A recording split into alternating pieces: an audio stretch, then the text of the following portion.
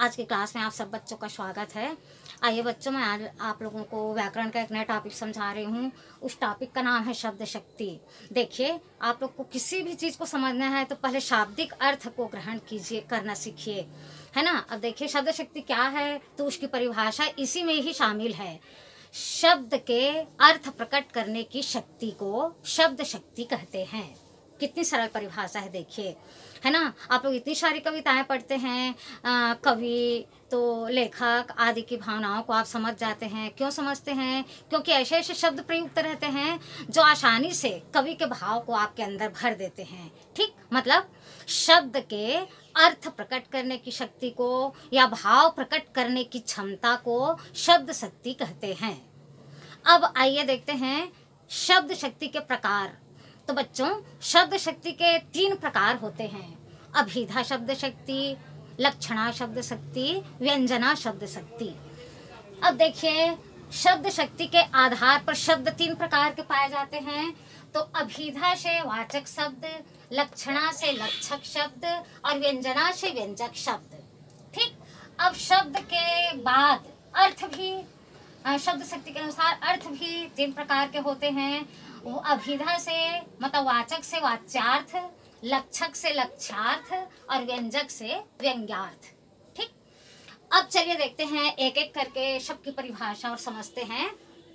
अभिधा शब्द शक्ति, तो बच्चों, जो शब्द अपने सामान्य अर्थ को प्रकट करता है, ठीक, उसे अभिधा शब्द शक्ति कहते हैं।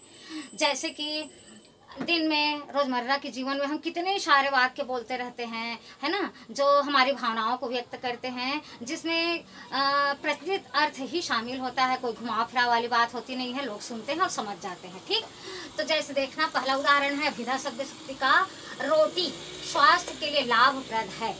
ठीक, अब देखिए यहाँ पर रोटी शब्द जो है वो सामान्य अर्थ को ही बता रहा है। ठीक, जैसे रोटी खाना हम सब के लिए फायदेमंद है क्योंकि उसमें प्रोटीन होता है, तो यहाँ पर कोई घुमाव फिरा वाली बात ही नहीं है। वैसे दूसरा है अपना घर सबको प्यारा होता है। ठीक, यहाँ पर भी सबको अपना घर प्यारा होता है, चाहे वो झोपड़ी ही क्यों ना हो। और तीसरा है अयोध्या के राजा दशरथ थे। ठीक, अब ये तीनों ही वाक्यों को आप देखें, तीनों वाक्यों में जो शब्द हैं वो अपने सामान्य अर्थ को ही बता रहे हैं। ठीक, तो जो शब्द अपने सामान्य अर्थ को व्यक्त करता है उसे अभिधा शब्द शक्ति कहते हैं। अब चलिए देखते हैं दूसरा है लक्षणा शब्द शक्ति। तो इसको समझिए, वे शब्द जो अपने सामान्य अर्थ को ना बताकर किसी विशेष अर्थ को व्यक्त करते हैं उसे लक्षणा शब्द शक्ति कहते हैं। अब यहाँ पर देखिए एक वाक्य, गरीबों की रोटी मत छीनो। अब देखो बच्चों, यहाँ पर भी रोटी शब्द है, ठीक, जो सामान्य अर्थ में व्यक्त हो रहा है, और यहाँ पर रोटी विशेष अर्थ को बता रहा है। रोटी का मतलब खाने की रोटी से नहीं है, रोटी का मतलब है उनकी आजीविका से। ठीक, दूसरा देखिए, वास्तविक सुख तो गरीबों का घर बसाने में है। तो देखिए यहाँ भी घर शब्द आया है, और यहाँ पर भी घर शब्द आया है। तो यहाँ पर घर बसाना का तात्पर्य है मूलभूत आवश्यकता। ठीक, मनुष्य को वास्तविक आनंद प्रसन्नता कब प्राप्त होती है? जब वो गरीबों की मूलभूत आवश्यकताओं को पूर्ति करने में मदद करता है। ठीक, तब उसको वास्तविक सुख प्राप्त हो सकता है। तीसरा, राजा दशरथ बनकर देखो तो राम जैसा बेटा पाओगे। अब यहाँ भी राजा दशरथ प्रयुक्त हुए हैं, सामान्य अर्थ में अयोध्या के राजा थे, और यहाँ भी राजा दशरथ प्रयुक्त हुए हैं, लेकिन यहाँ पर मानवीय गुण से परिपूर्ण मनुष्य की बात हो रही है राजा दशरथ के रूप में। मतलब जो शब्द अपने सामान्य अर्थ को ना बताकर किसी विशेष अर्थ को व्यक्त करता है उसे लक्षणा शब्द शक्ति कहते हैं। ठीक, अब जितने भी बच्चों मुहावरे हैं ना, वो सब के सब लक्षणा शब्द शक्ति में ही प्रयुक्त होते हैं।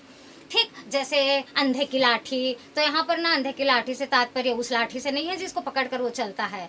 यहाँ पर अंधे की लाठी का तात्पर्य है एकमात्र सहारा। वैसी घी के दिए जलाना, अब यहाँ पर घी के दिए जलाना का तात्पर्य घी का दीपक जलाना से नहीं है, यहाँ पर उसका मतलब है अत्यंत प्रसन्न होना, आनंदित होना। ठीक, तो देखो एक बार फिर से समझ लेना, जो शब्द अपने सामान्य अर्थ को बताता है वो अभिधा शब्द शक्ति है, और जो विशेष अर्थ को प्रकट करता है वो लक्षणा शब्द शक्ति है। अब आइए बच्चों, एक और है हमारे पास एक शब्द शक्ति, अब उसको भी देख लेते हैं। बहुत सुंदर है, बहुत सरल है, एक बार समझेंगे तो दोबारा आपको पढ़ने की आवश्यकता भी नहीं रहेगी।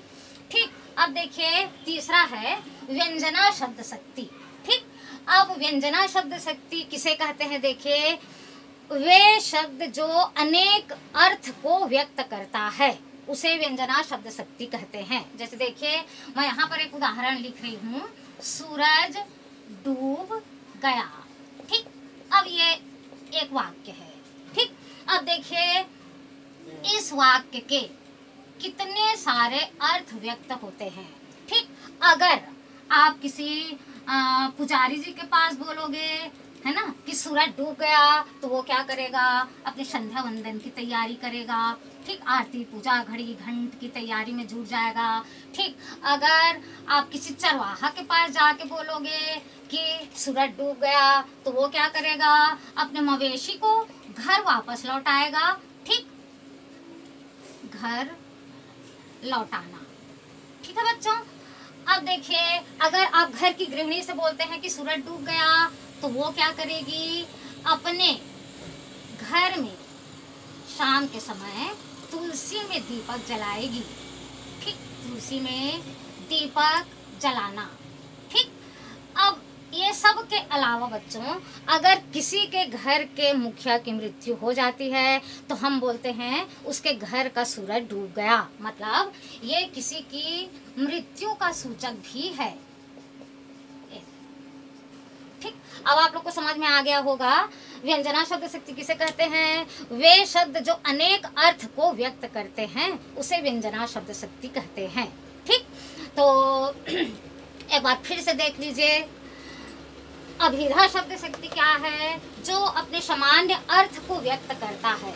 लक्षणा शब्द शक्ति क्या है? जो शब्द सामान्य अर्थ को नहीं, किसी विशेष अर्थ को व्यक्त करता है। और व्यंजना शब्द शक्ति वह शब्द है जो अनेक अर्थ को व्यक्त करता है। अब बच्चों आप बिल्कुल आसानी से पहचान सकते हैं। देखिए, किसी भी वाक्य को या किसी भी कविता की पंक्तियों को पढ़ के अगर आपको एक बार में उसका अर्थ समझ में आता है तो आप जान लीजिए अभिधा शब्द शक्ति है। और अगर आपको ना शब्द से कुछ अलग ही भाव का आभास हो तो आप जान लेना यहाँ पर लक्षणा शब्द शक्ति है। और अगर आपको ऐसा लगे कि अरे इसका अर्थ तो ये है, फिर लगे कि अरे इसका अर्थ तो ये भी है, और कभी लगे कि अरे इसका अर्थ तो ऐसा भी हो सकता है, तब आप जान लीजिए यहाँ पर व्यंजना शब्द शक्ति है। ठीक है बच्चों, अब आपकी दुविधा समाप्त हो गई होगी और मैं आशा करती हूँ मेरा वीडियो आपको पसंद आया होगा। ठीक है, अगर कुछ भी प्रॉब्लम हो, कुछ भी समस्या हो बच्चों, तो कमेंट्स ज़रूर करना बच्चों। ठीक, धन्यवाद।